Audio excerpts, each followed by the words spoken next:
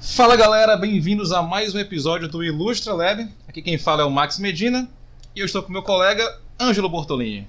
Opa, beleza? E hoje a gente vai responder as perguntinhas da galera que o pessoal fez aí, deixou nos comentários, né? Bora começar? Bora? Beleza. Então, primeira pergunta, Ângelo, veio do Fernando, né? Não tem o sobrenome dele aqui. Ele perguntou: card games são uma boa porta de entrada para o mercado de ilustração? Olha, não especificamente. Eu não sei dizer se card game teria uma entrada um pouco mais fácil do que as outras. Eu acho que se você está bem no começo, talvez seja mais fácil você achar um emprego num estúdio de ilustração que tenha vaga para estagiário, sabe? Ou talvez num ateliê, em algum outro lugar que queira pegar uma pessoa para ensinar mesmo, sabe? O card game geralmente já precisa de um certo nível, então eu não recomendaria como teu primeiro trabalho com ilustração.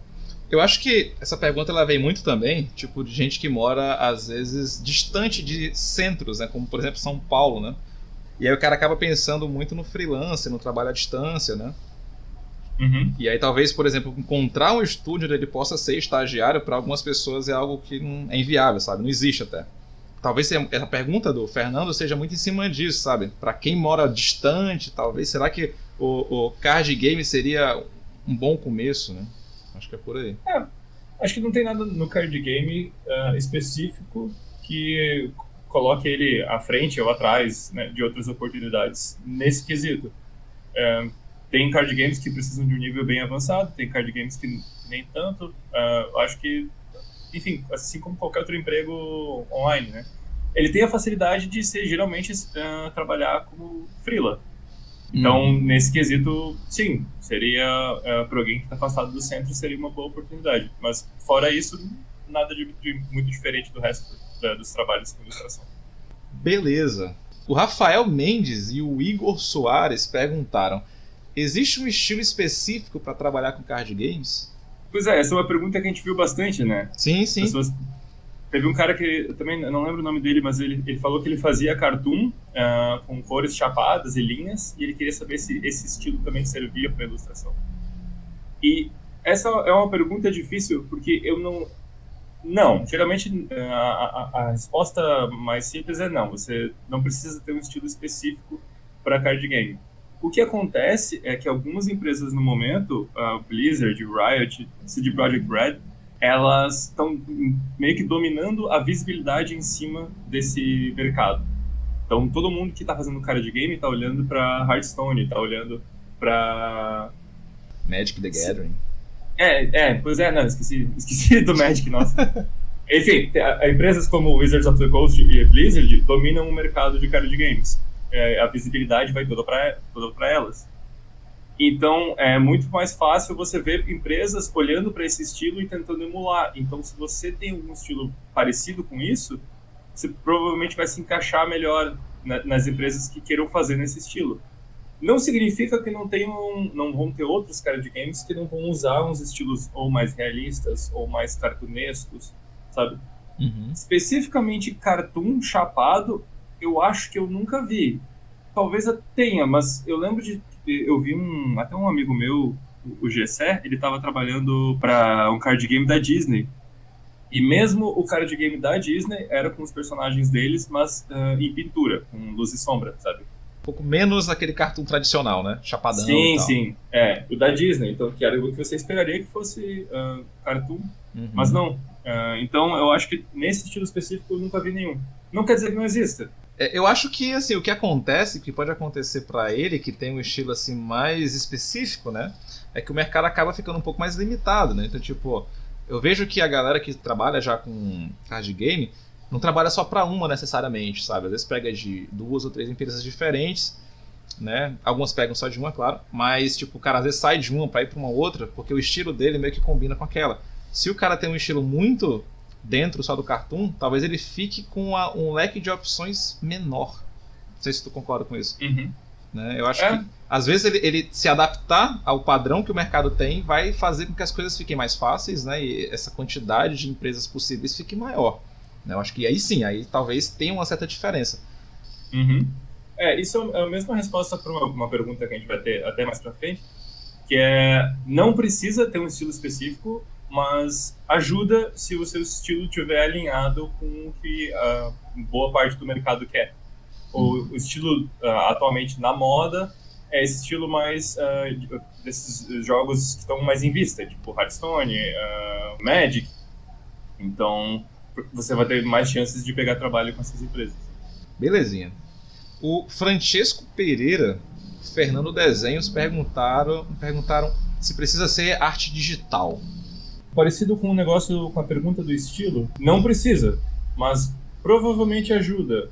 Eu conheço algumas pessoas que fazem a arte no tradicional, mas é um pessoal já muito pica. Muito hard, pessoal, né? A galera muito foda que faz no óleo, porque geralmente é o pessoal mais antigo, que já trabalhava com isso antes, né, da era dos Wacons e Photoshops, e continua fazendo isso, e ganha muito bem. Tipo, tá super bem colocado no mercado. Inclusive eu vi que esse pessoal, às vezes, depois que eles entregam a arte para a empresa que vai fazer a carta, eles às vezes leiloam, né, os originais. E aí acabam, sim, né, fazem uma grana ferrada, bem legal. Exato. Agora, é como tu falou, né, os caras têm um nível altíssimo, né? Eu sei de talvez já vi uns 2 ou 3 no máximo que fazem isso, e são os caras, sabe, tops mundiais, talvez entre os 20 mais, sabe? Sim, acho que se você está começando, o digital ele ajuda bastante. Claro, ele tem essa porta de entrada, ela é custosa. Você precisa de uma tablet, você precisa do computador, você precisa do software, que é caro. Mas depois disso, eu acho que o digital, o que ele te dá em velocidade, é muito difícil de você competir com isso, sabe? Você competir com um cara que está fazendo no digital, porque ele testa coisas muito rápido, ele pode, ainda mais se você está iniciando, você não tem tanta segurança assim nos seus fundamentos. Você pode testar os valores, testar as cores de uma maneira muito mais agilizada, e, né, isso para quem está trabalhando como freelancer é muito útil. Sem falar que, assim, pela pergunta deles, eu imagino que eles trabalhem muito mais no tradicional, né? E acaba que, assim, é uma oportunidade de eles experimentar outras coisas, né? Eu pelo menos, eu trabalho muito no digital, né? Eu faço estudos no tradicional, mas, por exemplo, eu nunca mexi com óleo, sabe? E é uma coisa que eu tenho muita vontade de fazer, né? Então, assim, talvez não seja a minha prioridade, mas com certeza em determinado momento eu vou querer parar para estudar coisa no óleo, né? Talvez seja uma coisa válida para ele também, né? De repente começar a mexer com o digital, trazer o conhecimento dele do tradicional, né? E aí se desenvolver mais uma ferramenta, né? Eu não acho que seja necessariamente você precisa vir para o digital, mas é bem o que você falou, ir experimentando. Se você... Eu fiz um curso em São Paulo em 2012, 2013, e tinha um cara na minha turma que ele só tinha trabalhado com o tradicional, mas ele desenhava bem demais. No pincel ele destruía. E deu, cara, 3 semanas e ele tava com um trabalho muito foda já no Photoshop. Porque ele não precisava aprender tudo, ele só precisava aprender a ferramenta, sabe? Demais. É aquela coisa, né? Você vai entender como é que a coisa funciona, a ferramenta é questão de praticar alguns dias só. A galera que manja de escultura e pega o ZBrush, dá um mês e os caras estão destruindo. Exatamente. Porque ele já tem os fundamentos. Perfeito. O Eduardo Ferreira, ele perguntou como que é o procedimento para receber em dólar. Como que você faz, Anjo, para receber? Quando foi me pagar, a empresa que eu estava trabalhando, gringa, ela perguntou qual o método de pagamento que eu queria. Se era por transferência bancária ou PayPal. Eu acho que, pelo que eu lembro, ela só me deu essas duas opções. E na primeira vez eu optei por PayPal e desde então eu tenho feito por PayPal. É complicado porque o PayPal dá uma mordida braba nas transações. Eu acho que eu pago uns 10% de imposto. Salgado, viu? Dói bastante.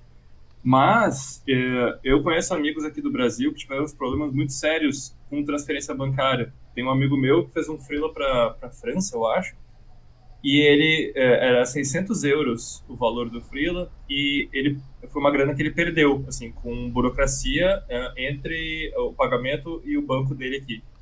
Tipo, a empresa enviou o dinheiro, ele foi receber, aí a agência falou que a agência bancária falou, a gente não consegue resolver isso aí, liga pra central. Ele ligou pra central, a central mandou ligar pra agência, a agência ligou, sabe, e ficou nessa. Esse jogo de peteca aí e nada do dinheiro. Nada do dinheiro. Foi um estresse tão grande que o bicho largou a mão. Cara, 600 euros. Entrada numa casa aqui no Brasil. 600 euros dá pro cara ficar triste uma semana ou mais, viu? Porra, bicho, é dinheiro pra caralho. E se falar que às vezes o cara tá se programando com essa grana, né? De repente o cara tava contando, quando eu ter essa grana, eu vou comprar aquela coisa, né? E tipo, né? Pois é. complicado. Eu acho que eu não arriscaria. Eu também só recebo PayPal, cara. Tudo bem, é PayPal. Se for veio da gringa, é PayPal. Mesmo tendo essa mordida que você disse. Sim, se tiver algum outro método melhor, pode ser. Não é como se o PayPal fosse perfeito, né? Mas no momento é o que eu tenho usado. Acaba sendo o mais simples e talvez menos arriscado, né? Eu acho também que rola um pouco de comodismo, sabe? Assim, tipo, depois que eu comecei a receber o PayPal, nunca fui atrás de nenhuma outra coisa, sabe? Tipo, me bastei, sabe? Eu nunca fui atrás de aprender se tinha um método ou outra ferramenta que tirasse menos, né? Talvez seria até uma coisa válida de se fazer depois. Sim, pois é. Isso vale a pena você ir atrás, porque é dinheiro, né? Literalmente. O Camilo Cunha, ele fez uma pergunta aqui que eu achei bem legal, que é... Eu queria saber como que é o briefing, a direção de arte e as críticas, né? Isso eu acho que vem da empresa, né? Acho que ele quer saber o processo de fazer a ilustração, como é que eles pedem a ilustra para você? Eu acredito. O briefing, é isso? Acho que é por aí. Então, geralmente a empresa vai te mandar um requerimento dizendo, a gente precisa de artistas para determinado jogo, apresentam o jogo, se apresentam, mandam um PDF com o estilo do jogo e perguntam se você está interessado em participar do projeto. Aí, se você responde sim, eles perguntam quantas cartas você quer, eles te dão quantas cartas você consegue entregar até determinado prazo. Aprovado isso, eles te mandam um briefing. Geralmente, os briefings que eu tenho recebido assim, eu tenho o nome da carta, geralmente a carta é de um personagem ou uma cena, aí tem uma breve descrição, coisa de 2 linhas, dizendo, um elfo passeando numa cidade moderna. Aí tem alguns detalhes. O elfo é da casa tal. Aí eles mandam um PDFzinho com as notas visuais da casa tal, sabe? Da Casa das Sombras, por exemplo. Aí eles mandam um PDF com as notas visuais das Casas das Sombras, para você ter uma ideia de como eles imaginam esse elfo. E, geralmente, eles mandam o cenário onde ele vai estar e o mood, que é tipo, o clima que a cena passa. Então, se vai ser uma cena alegre, se vai ser uma cena tensa, uma cena triste, sabe? Para você usar isso na sua composição nas cores. Aí, eles te dão um prazo até para você entregar os rascunhos e um prazo para você entregar a final. Aí você manda os rascunhos, geralmente você faz uns thumbnails, só demonstrando como você imagina que vai ser a composição. Aí vem ou a aprovação, ou a escolha de um thumbnail, ou alterações. A gente gostou do thumbnail 2 ou do thumbnail 3, mas a gente gostaria que você colocasse um sapo no ombro do elfo. Aí beleza, você faz essa alteração, manda de volta. Aí depois de aprovado o rascunho, você segue para a etapa final. Daí depois eles podem ter algumas alterações ou não. E é isso aí, show de bola. Beleza, cara. Então assim, acho que foi isso as perguntas que a gente tinha registrado aqui, né? Queria agradecer o pessoal que deixou as perguntas, né? Pro próximo podcast, peço que façam a mesma coisa, né? Se você ficou com dúvida, se não entendeu alguma coisa, gostaria de que a gente explicasse melhor, né? Põe lá nos comentários, a gente faz questão de responder todo mundo que põe lá. Fiquem ligados que no próximo podcast vai ter uma entrevista aí com uma ilustradora muito boa, né? A gente teve um bate-papo aí bem massa, vai ser bem legal. Eu, o Ângelo e o Felipe entrevistamos ela. Então, não deixe de se inscrever e conferir o próximo episódio. E é isso. Quer se despedir do pessoal, Ângelo? É isso aí. Valeu, galera, por estar ouvindo. Estou bem feliz com o recebimento do podcast. E, o Gonçalves, ele não pôde estar com a gente essa semana porque ele está tentando entrar para o Masterchef, mas a partir da semana que vem ele volta. Beleza, guys. Valeu, Ângelo. Valeu, galera. E falou. Valeu. Um abraço.